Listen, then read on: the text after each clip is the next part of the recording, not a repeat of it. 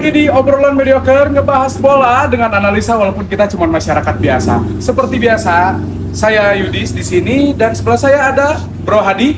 Sebelahnya lagi ada Bro Diki dan ini tim baru kita ada Bro Edwin, oke? Nah, pertama-tama ini berarti episode 3 ya? Ketiga kita berkumpul sekarang udah dengan lebih proper lah ya. Mungkin kalau yang ngikutin kita ada agak berbeda dari kemarin-kemarin. Dari tag pertama yang sangat kayak fungsi ronginya. Ini saya nggak mau kalah dari Bro Hadi yang udah gaya. Sekarang Hadi tanpa kacamata ini tampilan baru. Ya. Karena dia sebenarnya begadang, dia nonton 10 match. Nah, mungkin dia begadang karena kemarin berharap kemenangan dari tim kebanggaan dulu Leo Messi. Bukan begadang itu sih. Oh, bukan. Lebih ke berharap kemenangan yang benar-benar menang. Oke. Nottingham Forest. Oke, sebelum ke situ kita bahas dulu dari timnya Bro Messi ini. Bro Messi ini. Gimana nih yang tadinya mau menang? Nggak jadi menang. Oke, apakah mau mengikuti nasib mantan pelatihnya tidak menang-menang? Gimana menurut Bro Hadi? Bukan nggak menang-menang, emang kurang luck aja. Kurang luck aja. Ya match kemarin Barcelona versus Betis. Ya di mana kalau misalnya dilihat dari mendominasi dari babak pertama mungkin ya, kita ngomong babak pertama. Babak pertama Real Betis itu bermain ofensif banget. Mereka bermain menyerang. Barcelona di 10 menit awal susah untuk menguasai pertandingan. Yang dimana terjadi banyak peluang juga dari Real Betis dan terciptanya juga peluang-peluang yang menit berapa ya saya lupa di bawah menit 10 sama di menit 4 kalau nggak salah 4 menit 5. Real Betis ada peluang di depan gawang yang bisa di save oleh Iñaki Peña. Dan itu tapi di babak pertama itu cuma itu doang sih yang berbahaya.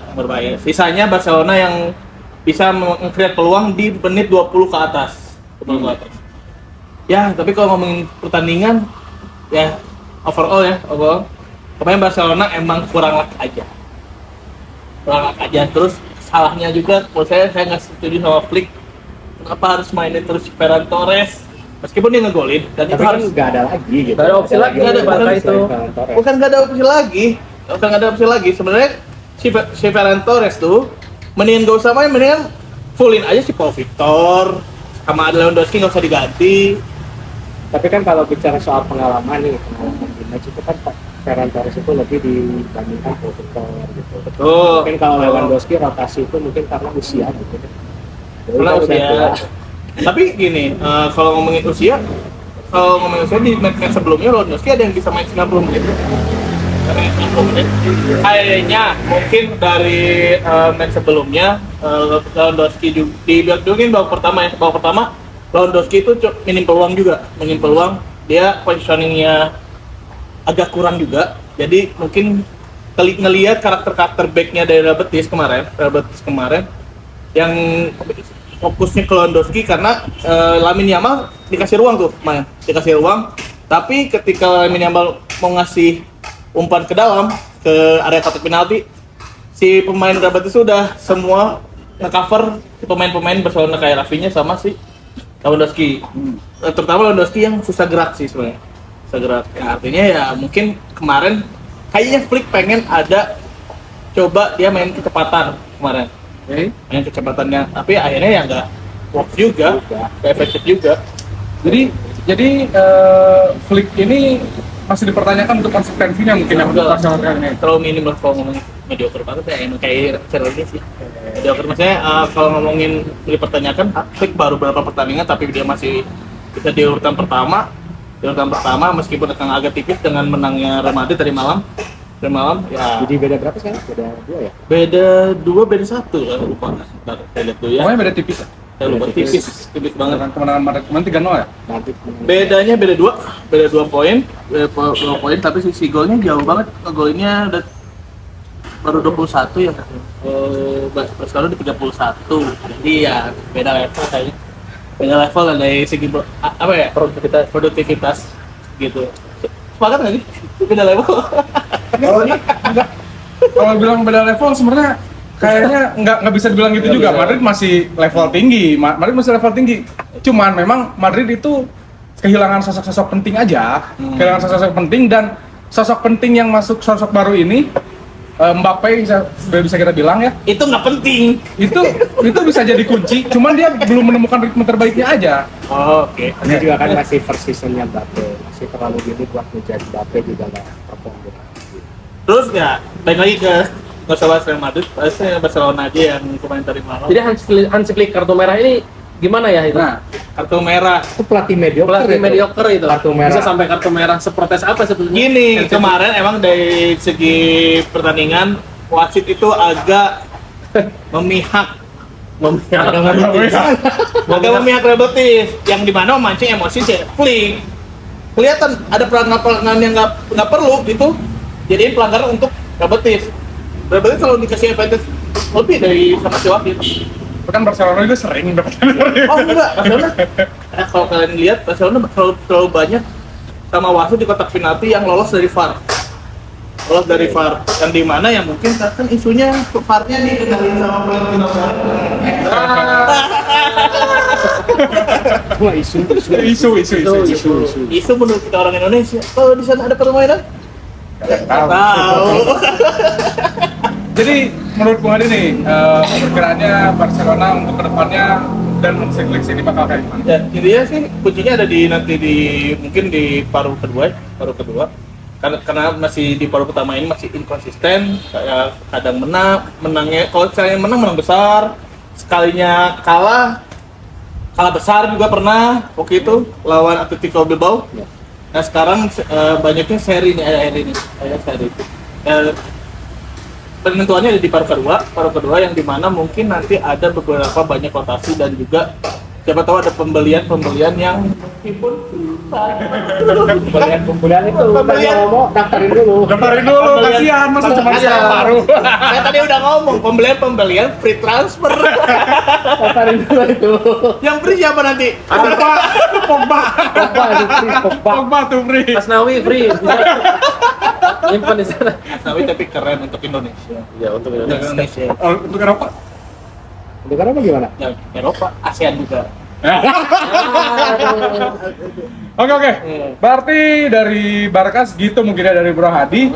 Sekarang ke rivalnya dikit nih. Ke rivalnya yang kemarin menang 3-0. Gimana menurut Bung Diki tanggapannya? Real Madrid.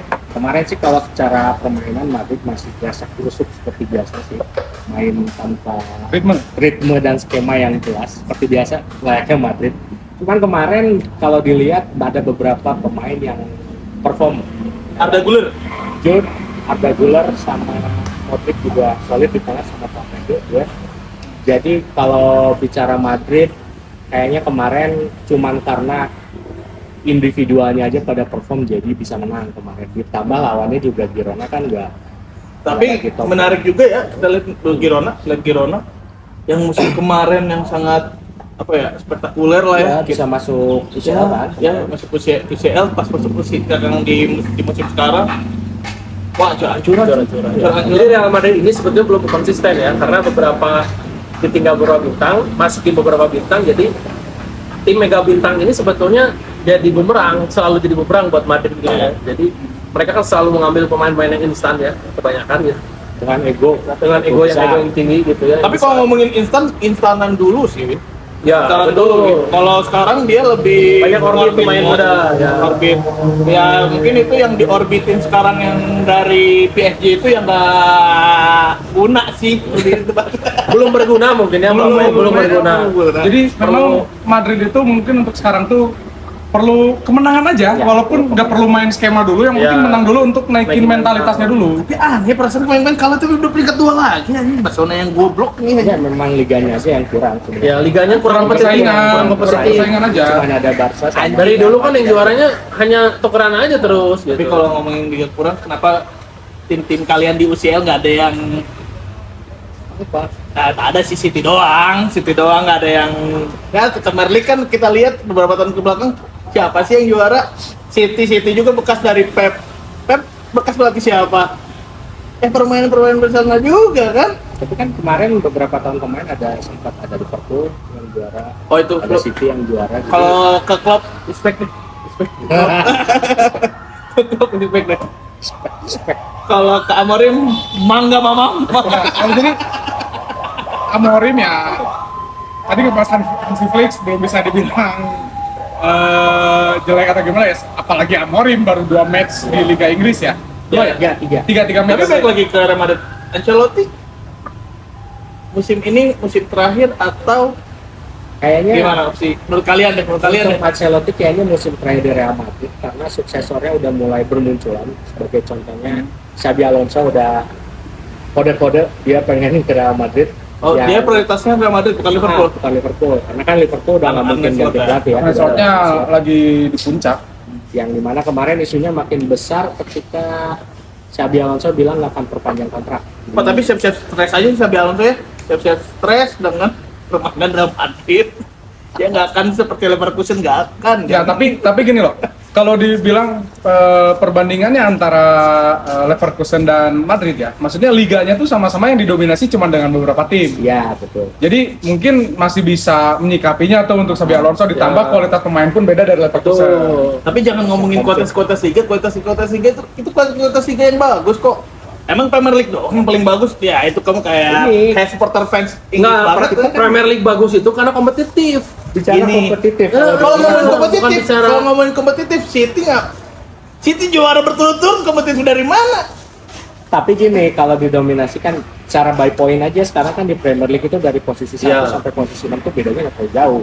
Kecuali sekarang mungkin di Sekarang gini deh, kita ngomongin yang juaranya itu Enggak. juga. Kan gini, ingat gak kemarin-kemarin Brody bilang kayak Gyökeres itu tapi di Liga Portugal. Nah Iya. maksudnya ataupun Amorim dari Liga Portugal. Gini, Nah pindah-pindah ke Liga Inggris, maksudnya kan berbeda liga. Nah tapi maksudnya kalau misalkan dari Bundesliga ke La Liga itu setara menurut Nggak. saya gitu. Jadi masih satu nggak- level. masih satu Mau- level. mau Jadi ngomongin sampai Liga, Alonso gitu. perbandingannya yang Apple to Apple lah kalau misalnya. Enggak, maksudnya jadi bukan ngebandingin masalah La Liga itu lebih jelek dari Liga Inggris, bukan. Tapi masalah Xabi Alonso yang pindah ke La Liga itu liganya setara, maksud Ya. saya gitu. Oh, nggak setara juga sih. Terus Lebih bagus Liga sih kayaknya. Karena gini, kalau Liga Inggris ketemu tim Inggris ketemu Spanyol, kelipungan juga tim Liga Inggris. Sekarang ngomongin kualitas, berarti emang bayangin kalau misalnya anggap Barcelona Madrid pindah ke Liga Inggris, kayaknya berarti kan ancur-ancur juga tuh si MU, si Liverpool ketemu-temu yang dengan skema permainan Spanyol. Enggak, jadi kalau poinnya maksudnya bukan Barcelona atau Madrid itu jelek, tapi tim lainnya tuh tidak ada yang mengimbangi mereka. Mungkin poin-poin dari kita itu seperti Iya, itu. betul. Beda kan kayak contoh di Liga Inggris tuh ada Nottingham Forest yang sekarang lagi oke. Bukan oke, karena ngalahin tadi malam. Iya, memang dia Karena Liverpool itu dia ngalahin top 5 dia. Yang musimnya lagi MU udah kelar di kandang Liverpool. untuk tim sebesar Iya. Nottingham itu udah oke. Jadi kalau di La Liga kan nggak ada Nggak kayak ada gitu. yang bisa ngelakuin Ada. kayak gitu. Sociedad Tapi tuh. Sociedad Misalnya di akhir musimnya bisa juara nggak kayak Leicester City gitu? Dia bisa konsisten Manchester terus. City itu dari 1000 tahun cuma sekali itu yang kayak gitu di Ya, Inggris. betul, Tapi ada. Tidak ada di mana di La Liga yang seperti itu. Di La Liga juga ada Girona tiba-tiba Iya. juara kan. Ada. Aja Las Palmas di tahun 1300. Gimana ngobrol 300? Sebelum Masehi. Itu aja sebetulnya poinnya. Nah, jadi mungkin untuk Real Madrid nih, menurut Bro Diki itu harus kayak gimana nih? Real Madrid ya kayaknya pemain harus bisa menurunkan ego ya yang jelas. Karena kalian Real Madrid kalau nggak bisa bermain secara tim, sulit juga untuk bisa mempertahankan konsistensi lah. Jadi untuk kemarin kan beberapa match kita lihat ada Jude Bellingham sama Mbappe sempat ada gesekan. Jadi harus bisa ini apa? Nurunin ego buat bisa main sebagai satu kesatuan tim. Jadi kalau udah bisa seperti itu kayaknya Madrid juga patut diperhitungkan lagi untuk di Eropa, apalagi di La Liga. Ditambah kan sekarang poin sama Barca juga cuma beda 2. Kayaknya persaingan juaranya bakal lebih seru. Tapi kalau dilihat juga kayaknya ya ini mungkin kayak opini klien saya gitu. Kelihatan ketika Vini dicadangin, Vini nggak main, ya permainan lebih apa ya, lebih terlihat lah lebih kompak lagi. Karena mungkin yang dilihat kalau Mbappe sama Vini disatuin dua-dua ego ya Iya. sulit. Tapi kalau lihat pertandingan kemarin lawan Girona, nggak tahu Girona yang jelek atau Real Madridnya yang hoki itu sih. Girona memang nggak cukup baik juga buat bersaing sama Real Madrid kemarin. Iya. Cuman kemarin sama juga. yang harus di spotlight tuh Arda Güler. Kayaknya Arda Güler 2 tahun 3 tahun ke depan bakal jadi pemain top. Enggak sih. Lamine Yamal loh. Nah, Enggak lah, Lamine Yamal. iya maksudnya Asalnya ada Güler kan mau ke Barcelona. Kalau dia ke Barcelona dia bakal jadi bintang, tapi kalau misalnya nggak ke Barcelona ya bisa aja dia kan pindah ke Premier League tiba-tiba jadi bintang. Bisa aja. Soalnya potensinya ada. oh iya pindah ke ini aja Brentford. Nah, ngebahas-bahas Premier League nih. Karena tadinya kita mau ngebahas ini ya, Liverpool sama Everton, cuman Postpone. postpone ya. Karena Kenapa Cuaca itu? buruk. Kenapa sih? cuaca buruk di Liverpool. Bisa sama kayak di gaya Wakanda ya. Ini kayaknya hujan es. Kayaknya mau hujan es. Tapi kalau Liga Wakanda, Salju. Liga Wakanda kadang-kadang dipaksain ini lagi cocok gitu. Main terus sampai becek sampai Iya, soalnya kan pemainnya udah biasa tarkam. Oh. Tarkam biasanya lebih becek ya. Kalau kita semua butuh uang.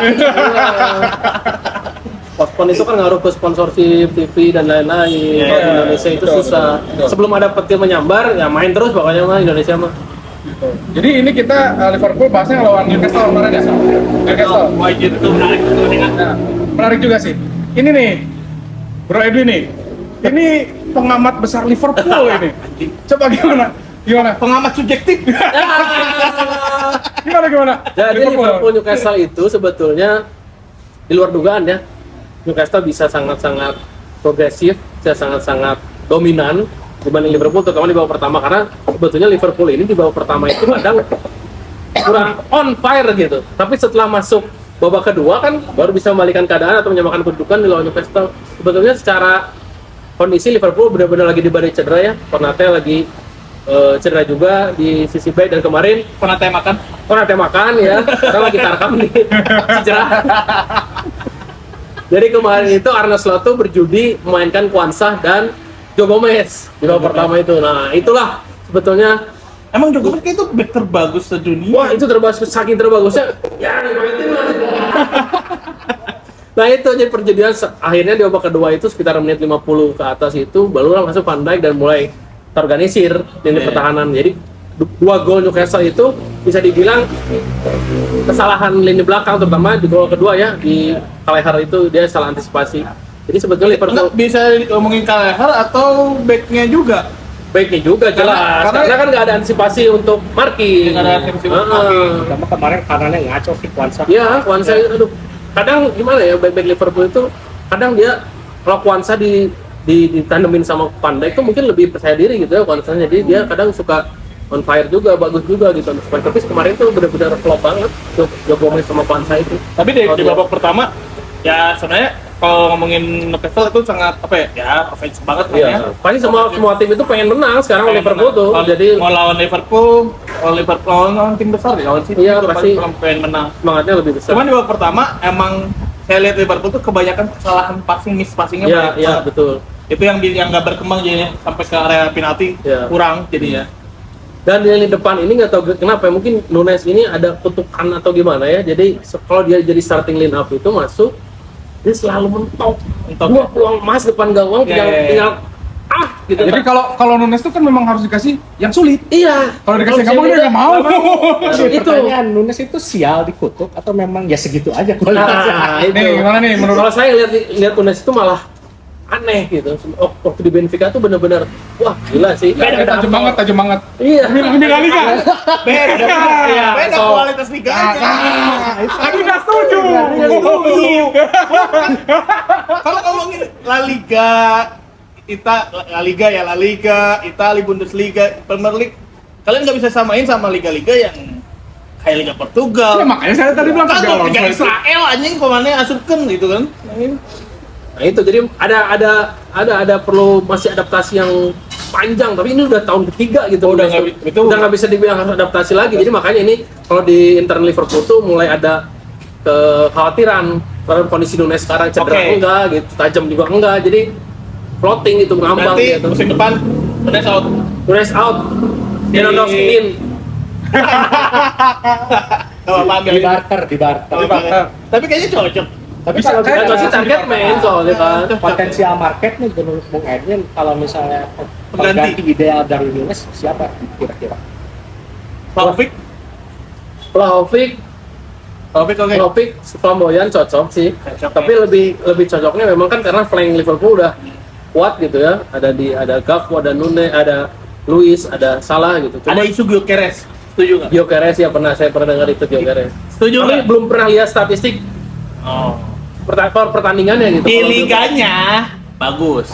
Dia musim ini udah cetak 60 gol. Nah. Di liganya. takutnya kan seperti Di Nunes, Brighton. Dia pernah gitu. Brighton, Jadi kita kan? nggak bisa berdasarkan Ya, itu. Kalau Osimhen gimana? Wah si men Tapi gini kan, Gyökeres juga pernah main di Premier League.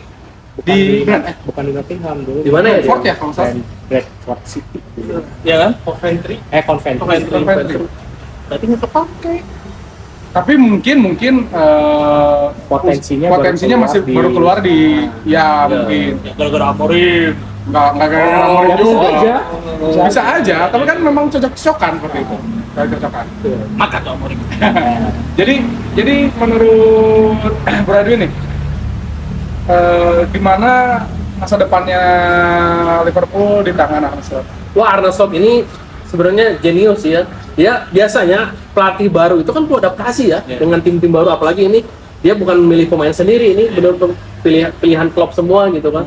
Tapi nggak tahu kenapa dia bisa langsung tune in sama para pemainnya gitu. Ya. Nah itu yang menarik. Jadi tinggal menunggu konsistensi Liverpool aja sampai akhir musim gimana gitu. Apakah itu memang karena fondasinya klub kuat atau memang visi Kombinasi. misinya mirip? Kombinasinya Arne Slot dengan para pemainnya pas gitu. Jadi strategi yang diterapkan Arne Slot di Ajax gitu. Kayak juga gara-gara ada salah doang. Mau salah itu gimana minta naik gaji?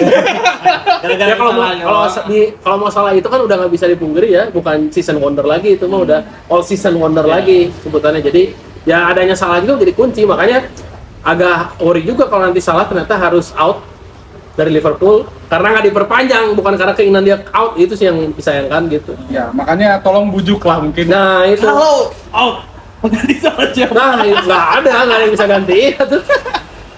Sulit ya, sulit banget. Memang Dan itu bakal jadi standar tinggi. Ya, Sekalipun ya. pemain bintang yang datang, standarnya harus mau salah minimal 10 gol dulu dalam 10 pertandingan pertama Standar misalnya gitu tinggi, uang yang dikeluarkan Liverpool pun harus tinggi. tinggi. Iya, itu. Sedangkan tahu sendiri manajemen Liverpool kayak gimana? Wah, pelit banget FSG itu. Mereka terlalu banyak waktu.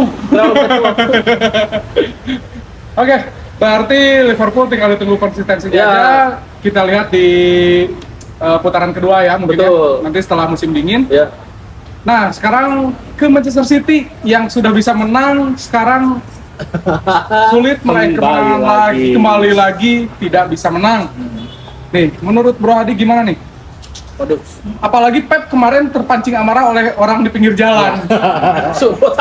Iya, jadi dia mungkin ya sekali berpep kita nggak nyangka gitu dia bisa terpancing emosinya oleh ya omongan jalan. situasinya lagi mencekam juga, mungkin di City lagi kurang kondusif. Ditambah ada fans kayaknya itu fans MU deh. Kayaknya itu fans MU, karakter fans MU kayak gitu tuh. Enggak juga. Siapa tahu itu siapa Iya. tahu sama-sama di Manchester. Oh. Emang ada? Enggak. Oh, emang ada. Maksudnya kayaknya ya, maksudnya kalau dilihat kita ngomongin ke pertandingan, saya nggak ngerti sih sama pikirannya Pep. Serius. Dia dari awal selalu mainin si Matheus Nunes di kiri, main di kiri, sedangkan Jeremy Doku itu udah bisa main. Itu nggak tahu karena Pep juga nggak ada alasan yang jelas juga sebelum pertandingan dia itu konferensi pers kenapa nggak startingin si Doku. Ya kalau misalnya meskipun kemarin tengahnya udah ada De Bruyne di menit awal dia udah main di menit awal, tapi ya saya tadi yang posisi sebelumnya saya udah bilang kan De Bruyne tuh belum bisa melihatkan permainan dia yang seperti musim-musim sebelumnya. Jadi top performnya belum nih di musim ini. Dia karena ya efek dia cedera juga. Tapi itu yang kayaknya di Manchester City di belakang layar kayaknya lagi ada something ya. Kayaknya sih. soalnya dilihat-lihat dari beberapa pertandingan pemain juga kurang mau fight mainnya, nggak kayak Betul. musim-musim sebelumnya.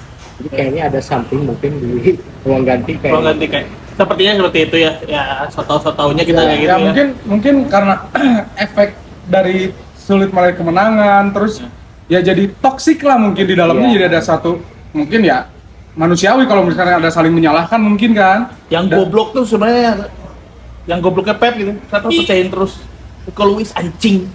Karena gini, kenapa gua ngomong gitu ya? Sebenarnya si Rico Lewis tuh sebenarnya bagus belah mananya sih? Bagus belah mananya sih? back kiri sebenarnya. Kiri. Dia murninya back kiri ya. Dia back kiri. Pemain beberapa pertandingan Di tengah kan? Mainin di tengah. Sedangkan dia efektivitasnya sangat kurang. Ya, bahkan kemarin dia dia pengen golin yang waktu lawan apa kemarin kita Palace. Ya. Dia ngegolin yang itu gol ya emang depan gawang ya seharusnya gol. Seharusnya gol, tapi dia di menit-menit krusial yang City bisa comeback. back Comeback. Comeback. Kemben, Yang bisa comeback ya dia melakukan pelanggaran-pelanggaran yang nggak perlu meskipun kalau dilihat dari sudut kamera ya kemarin ya si Rico Lewis-nya emang nggak terlalu menyentuh, tapi kan itu potensial kartu kuning yang dimana VAR juga nggak bisa ngecek kalau kartu kuning nggak bisa ngecek yang dimana langsung kartu kuning kedua langsung direct red card ya kan. Nah itu tuh yang nggak pentingnya dari Rico Lewis kemarin, makanya bukannya kemarin doang nih, tadi pertandingan sebelumnya juga Memang penting memang anjing. kemarin tuh kartu merahnya dia itu pelanggarannya tuh tidak perlu karena masih di jauh. Iya. jauh di Jauh. lini pertahanan lawan, bukan Ini pertahanannya sih kita Palace. iya di pertahanan lawan gitu, bukan di garis tengah ke pertahanan City gitu. mungkin ini juga kayaknya berpengaruh pengalaman ya mungkin. Rico Lewis juga kan masih pemain muda, Kecil. masih bocah, masih belum bisa decision making yang bagus lah. Beda kayak pemain-pemain yang lebih senior kayak Kyle Walker dan lain-lain. Jadi kayaknya masih akan terus belajar Rico Ya. Lewis. Nah Kalau kalau Pep ya, kalau menurut saya ya Pep, mungkin kayaknya pasti Pep tuh di putaran kedua nanti dia pasti beli pemain. Di winter break ya. Ya, pasti beli pemain.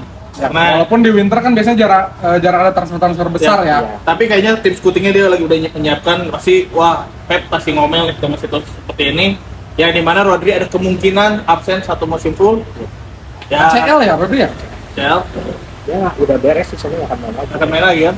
Ya itu yang bakal nanti diperhatikan sama si Pep dan tim manajemen City ya. Saya jamin sih putaran kedua pasti ada pembelian. Yang dimana Pep juga nggak mau hilang jati diri sih.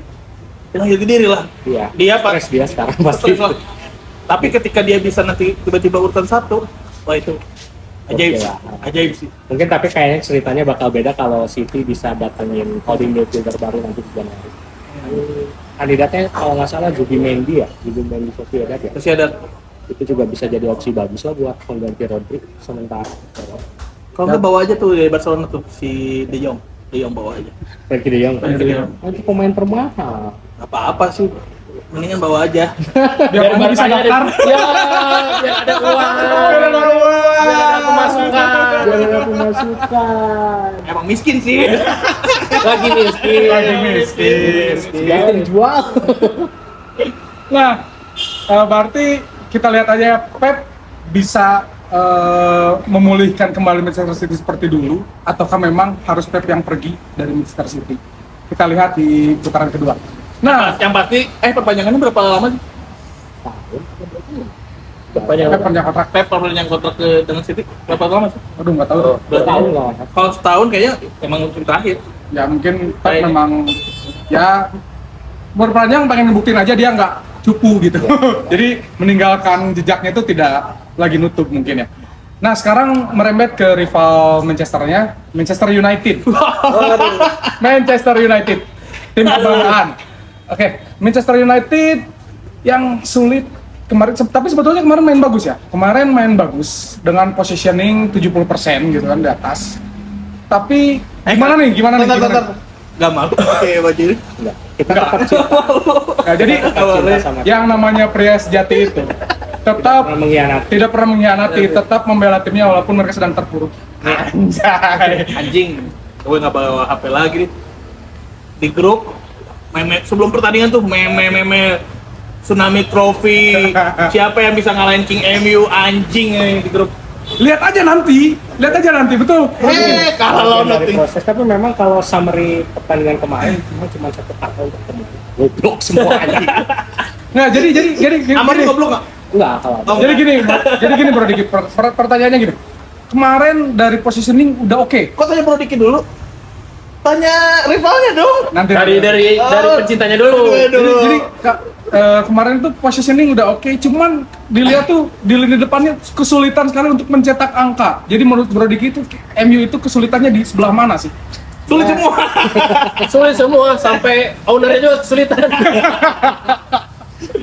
Emang pemainnya kurang bisa maksimal di sistem Amorim sebenarnya. Kalau kita lihat kemarin kayak Bruno juga bukan Bruno yang kita kenal era Ole yang dulu bisa jadi goal getter MU gitu. Gelandang yang cukup produktif lah. Goal getter Bruno. Waktu dulu Iya, benar. zaman Ole Iya, goal getter. zaman Ole dia mencetak gol banyak kok. Berapa sih sebanyak-banyaknya? Ya kan, 1200. kalau Per menit lagi. dibanding lihat kemarin yang main Garnacho juga kayaknya memang udah nggak cocok. Kenapa coba Garnacho jelek? Kenapa? Tidak bersahabat dengan Messi. Emang harus bersahabat dengan Messi. Impact-nya? Alvarez bagus. Siapa?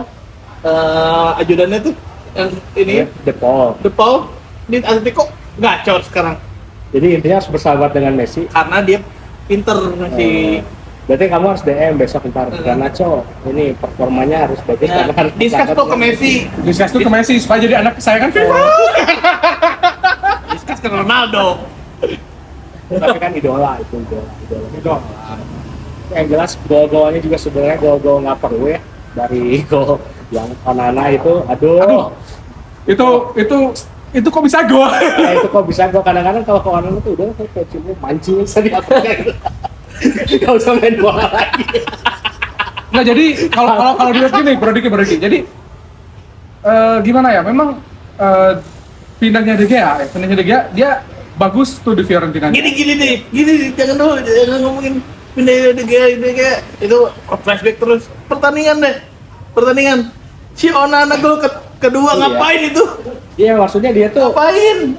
sebenarnya kan bukan tipe kiper yang stopper kayak De Gea, kayak Alisson, bukan tipe seperti itu karena tangannya kan pendek, tangannya nggak sepanjang. Nggak ngaruh sih pendek-pendek itu ke tengah ini bolanya. Ya tetap maksudnya bukan tipikal ini apa shot stopper gitu. Jadi kadang-kadang dia tuh selalu out position terus. Kalau dilihat juga yang gol dari corner juga kan selalu out position gitu berapa kali. Jadi ditambah backnya juga kayak kebingungan untuk ini marking siapa gitu. Tapi Deli nggak sebagus dibayangkan ya. Ya Adeli itu memang udah nggak se-perform saat dia di Ajax. Iya. Karena sudah terbukti pada saat di Munchen juga dia sebenarnya nggak bagus-bagus amat. Di Juve juga. Di Juve juga nggak bagus-bagus amat. Menit bermainnya juga kurang kan waktu di Munchen, ya? Munchen. Jadi kayak apa sih peaknya De Ligt tuh pas remaja pas di Ajax gitu. Jadi sekarang tuh kayak sisa-sisa De Ligt gitu. Kayaknya emang nggak cocok sih Ajax tuh. Siapa aja yang nggak cocok coba dari Ajax. Di Ajax satu ada yang paling nggak cocok, nomor 21 tuh. Aizul Tony. Itu pemain Persib. Jadi intinya masih belum bisa fit in sama sistem main ini itu. Ditambah clear chance juga nggak bisa dimaksimalin dan di pertahanan juga gol-gol yang seharusnya tidak terjadi itu selalu kejadian lah karena error segala macam. Mungkin perlu waktu juga untuk back-back seperti Lenioro, De Ligt sama Mateus untuk main di tiga back karena kan mereka belum biasa main di sistem 3 back, jadi itu mungkin cukup sulit juga buat mereka. Jadi, Coba discuss sama Sinteyong. ya 3-4-3 kan? Tapi apakah sistem 3-4-3 itu cocok untuk MU di Premier League atau memang Sebenarnya- salah skema aja Amorim? kalau sistem 3-4-3 itu di Premier League itu sangat jarang ya. Kalau lihat di 10 tahun terakhir mungkin yang bisa juara pakai 3-4-3 itu cuma Conte. Conte. Ya. Zamannya dulu Marcos Alonso sama Victor Moses. Kayak itu kan Chelsea luar biasa mainnya. Gila-gilaan gitu. Tapi kalau dilihat dari sekarang memang formasi 3-4-3 itu cukup sulit bersaing. Tapi bisa bersaing katakanlah jika pemainnya memang benar cocok gitu. Yang jelas Amorim Dari tadi nggak bahas pemain. Emang kualitas pemain MU itu gimana? nggak bukan MU. Emang kualitas pemain Nottingham Forest kemarin nggak di atas MU. Ya kalau kualitas tidak. Tidak lah. enggak, ini kalau kita bicara main di sebuah sistem. Jadi ada yang fit, ada yang tidak gitu. Amorim itu kan datang di pertengahan musim nih, jadi kurang fit juga. Ini kan bukan pemain-pemainnya, itu kan pemain botak semua. Ten Hag. Total. Jadi nanti buat next season kayaknya Amorim bakal rombak keseluruhan tim buat nanti biar Sama Amorimnya berarti. ya enggak. Saya keluar aja. Nggak sanggup. Saya nggak sanggup. Ingat kalau ke lawan Met apa sih yang dia sampai gini? Aja lawan Arsenal. Arsenal itu. Arsenal. Waduh, goblok-goblok banget nih pemain. Ya jadi memang gimana ya, pemain MU tuh ya entah karena memang kesulitan terus dari pelatih manapun ya, mentalitasnya tuh kurang juga. Iya. Kurang juga. Sekarang sampai ganti sama Amorim pun ya kesulitan dengan mengikuti sistemnya Amorim pun sulit gitu. Apakah memang dari personalitinya kah, ataukah memang sistemnya yang terlalu sulit kah, atau apa gitu? Kalau dilihat sih kan ganti pelatih tuh ini udah beberapa kali ya. Hitung.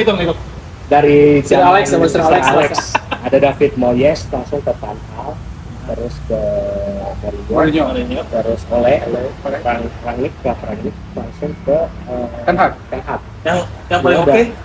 Yang paling oke. Mourinho. Kan Sebelumnya dari Amorim. dari ini Eh. paling yang ini Mourinho. Mourinho.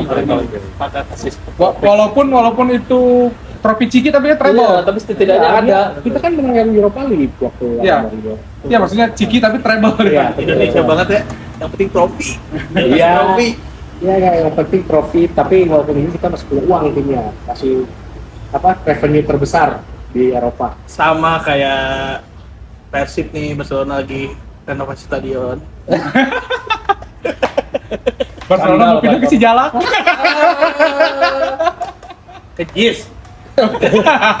Jadi ya memang kalau dilihat ya pemainnya jika ada pemainnya tuh bermasalah dalam artian ya memang nggak cukup bagus aja untuk main ada di level MU gitu, karena kan tim selevel MU itu ekspektasinya kan gila-gilaan ya. Kayak kemarin pelatih baru aja kan pasti ada istilah baru, tsunami trofi segala macam. Aneh. Itu sedangkan pemainnya kan nggak live up to itu kan, jadi nggak sampai gitu. Ya memang karena fans-fansnya MU itu ya, termasuk saya itu nggak bisa move on dari kemenangan masa lalu.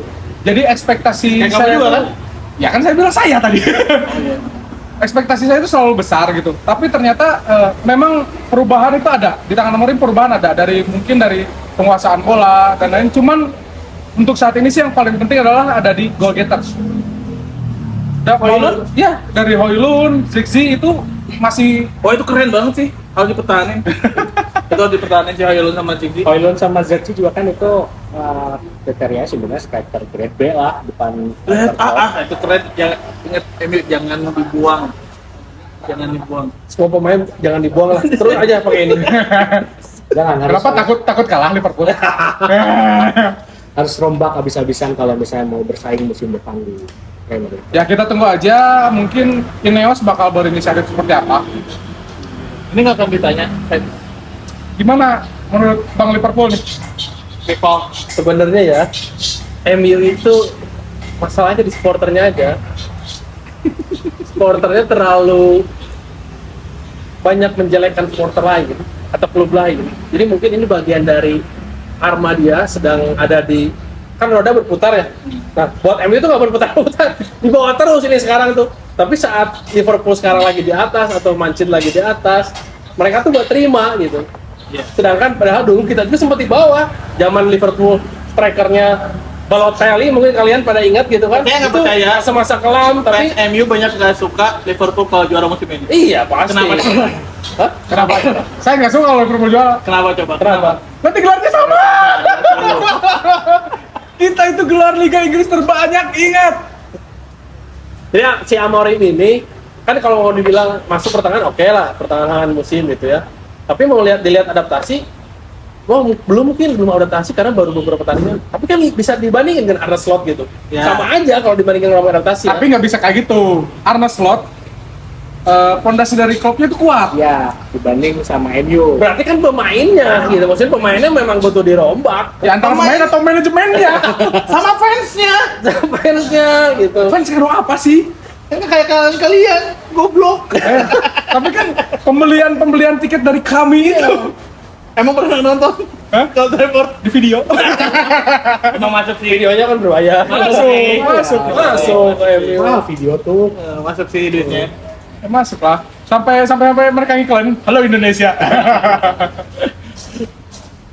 Oke, Jadi Tsunami Trophy apa enggak nih? mungkin di putaran kedua kita lihat pembelian di winter ya. Di winter tapi nggak akan terlalu banyak juga, tapi seenggaknya minimal goal getter atau pemain tengah sih. Sama ini back kiri. Tsunami apa enggak? Tsunami Kekalahan. Tsunami musim depan mulai tsunami MU. Pokoknya di musim ini kita merunuk dulu. Oh ingat taruhan sebelumnya? Taruhan sebelumnya ingat? Oh iya masih. Iya. masih. Kalau masuk 4 besar, Bang traktir di sini. Oke. Saya traktir di sini. Ah. Kalau tidak kan? sebaliknya. Ah. Mau ditambah nggak? Mau ditambah nggak? Itu dari Bro Diki. Cat rambut. Anjing. Cocok kali mana cek rambut. Cat rambut. Warna hijau. Oke, mungkin untuk pembahasan kali ini cukup segitu. Kita bakal beralih ke pembahasan selanjutnya di Liga 1. Terima kasih. Selamat menonton.